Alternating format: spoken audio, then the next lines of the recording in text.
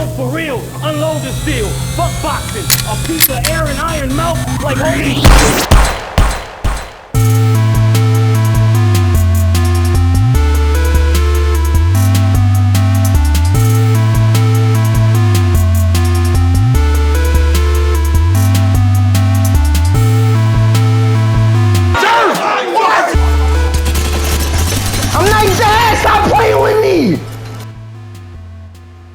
What is up? It's your boy Quincy, Battle Rap Gamer, back with some breaking news. So we learned this morning that NBA rookie Chet Holmgren is out for the season, and that's a big blow to the Oklahoma City Thunder, who picked Chet number 2 overall from the University of Gonzaga. Chet Holmgren is a 7-foot, 190-pound center. So let's just think about that really quickly. Some guards weigh around 190. You would think like Steph Curry at 6'2", or like Kyrie Irving, I think, is around 190, both of those players. So pretty undersized, as we would say. As you can see, this kid is really skinny.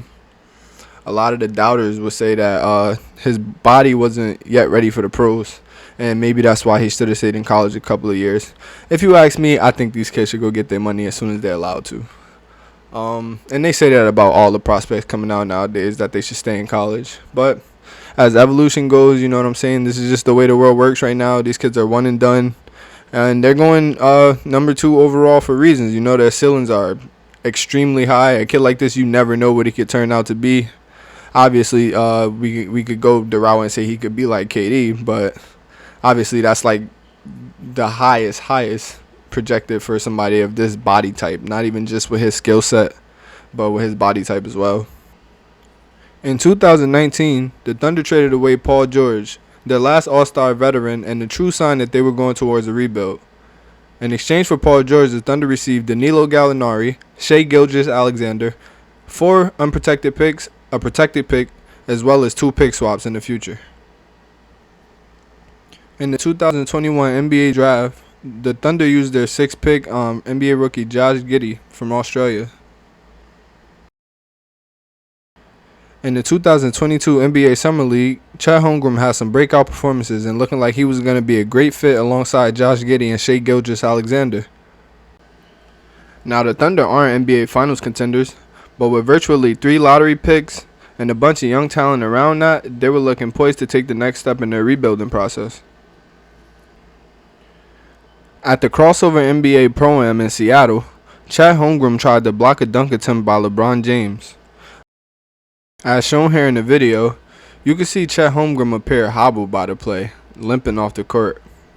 It was just discovered this morning that Chet Holmgren was diagnosed with a lisfranc injury.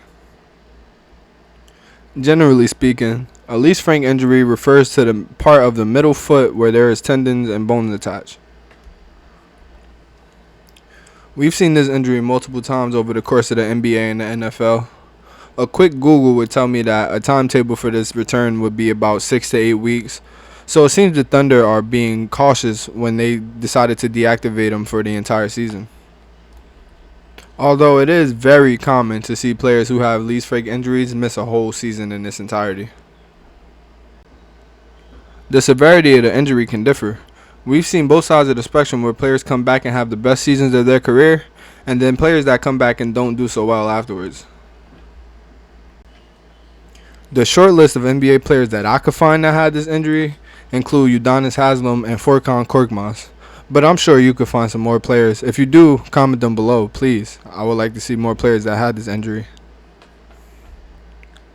I'm not sure if it's a record-keeping thing, but it seems as though the NFL list of players who had lisfranc injury is much longer, including players like Julio Jones, Le'Veon Bell, Maurice Jones-Drew, San Antonio Holmes, so on and so forth. Here's a post from Reddit user Grown Ass Kid from 3 years ago. That's a list of players who had this injury in the NFL and their respective seasons after coming back from said injury. The reason that I'm posting this video is because I was really looking forward to seeing Chet Holmgren start in the NBA. I'm rooting for this kid despite all the odds and all the naysayers. I hope that he becomes a top talent, and I hope that he does come back from this injury next year and maybe win Rookie of the Year. You know, Ben Simmons style, at the dismay of some NBA 2023 draft standout.